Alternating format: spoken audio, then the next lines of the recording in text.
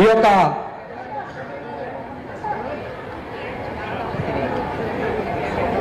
శ్రీమతి శ్రీ దివంగత మాగంటి గోపీనాథ్ గారు కుమార్తె అయినటువంటి అక్షర గారు మన మధ్యలో ఉండి ఈ యొక్క గోపన్న గారి గురించి పార్టీ గురించి మాట్లాడాల్సిందిగా కోరుచున్నాము.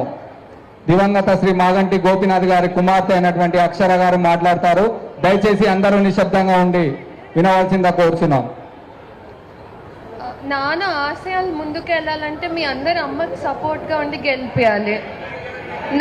నాన్న అనుకున్నవన్నీ మేము నెరవేరుస్తాము. మీకు ఎప్పుడు తోడుగా ఉంటాము.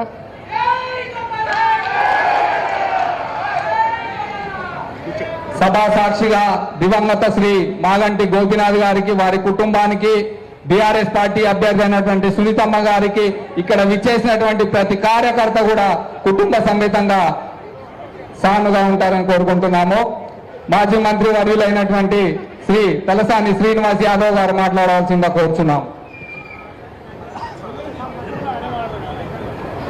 గౌరవనీయులు సభాధ్యక్షులు, మరి జూబ్లీహిల్స్ ఎన్నికల రణరంగంలో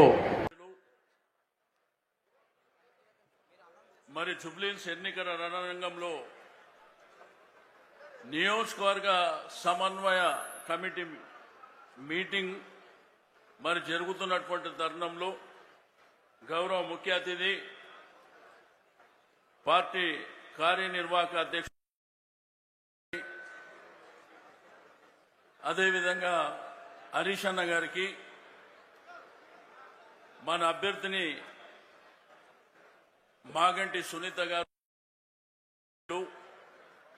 వేదిక మీద ఉన్నటువంటి అధిరథ మహారథులు, మాజీ మంత్రివర్యులు, పార్లమెంట్ సభ్యులు, శాసనసభ్యులు, శాసన మండలి సభ్యులు, గౌరవ జూబ్లీహిల్స్ కార్పొరేటర్లు, మాజీ కార్పొరేటర్లు, మరి వివిధ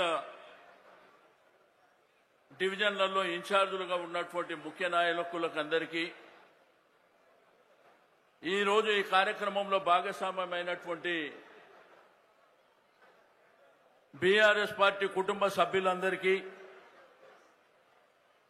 మీడియా మిత్రులకు అందరికీ పేరు పేరున అభినందనలు తెలియజేస్తూ, ఈరోజు జూబ్లీహిల్స్ ఎన్నిక అనేది మనందరికీ తెలుసు. దివంగత నేత,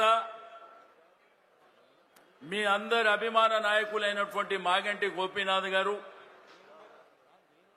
11 సంవత్సరాలుగా ఈ నియోజకవర్గంలో అనేకమైనటువంటి కార్యక్రమాలు చేపట్టడం జరిగింది. పేదవాళ్లకు డబుల్ బెడ్రూమ్ ఇవ్వడంలో గాని,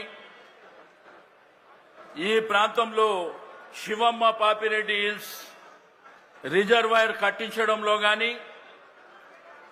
ఇప్పుడు మనం ఇక్కడ ఉన్నటువంటి గుట్ట కూడా కాపుతో పాటు నిరంతరం ప్రజలతో నిమగ్నమై అనేకమైనటువంటి కార్యక్రమాలు గోపీనాథ్ గారు మరి చేయడం జరిగింది. ఈరోజు మనం చూస్తున్నాం రాష్ట్రంలో ఏం జరుగుతుందో. కేసీఆర్ గారి నాయకత్వాన్ని చూసినాం. కేసీఆర్ గారి నాయకత్వంలో 10 సంవత్సరాల కాలం ఒక తెలంగాణ రాష్ట్రాన్ని సాధించుకున్నటువంటి రాష్ట్రాన్ని భారతదేశంలో అగ్రభాగాన నిలిపినటువంటి ఘనత మన కేసీఆర్ గారు అనేటువంటి విషయం మనందరికీ తెలుసు.